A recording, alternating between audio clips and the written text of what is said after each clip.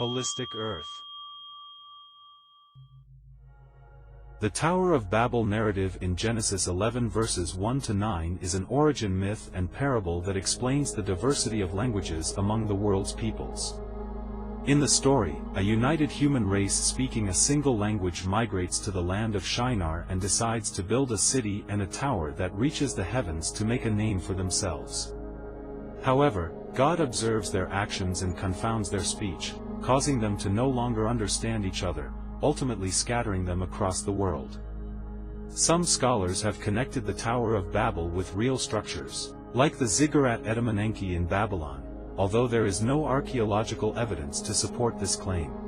A similar Sumerian story called Enmerkar and the Lord of Aratta shares some elements with the Tower of Babel tale.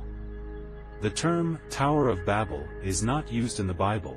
It refers to the city and the tower in the story.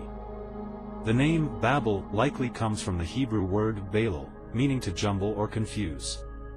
The story serves as an etiology, explaining the origin of diverse languages. It reflects a theme of competition between God and humans, seen in other parts of Genesis.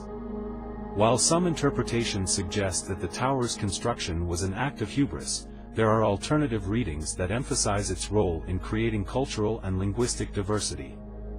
Authorship of the Tower of Babel story is attributed to Moses in Jewish and Christian tradition, but modern biblical scholarship is divided on this issue.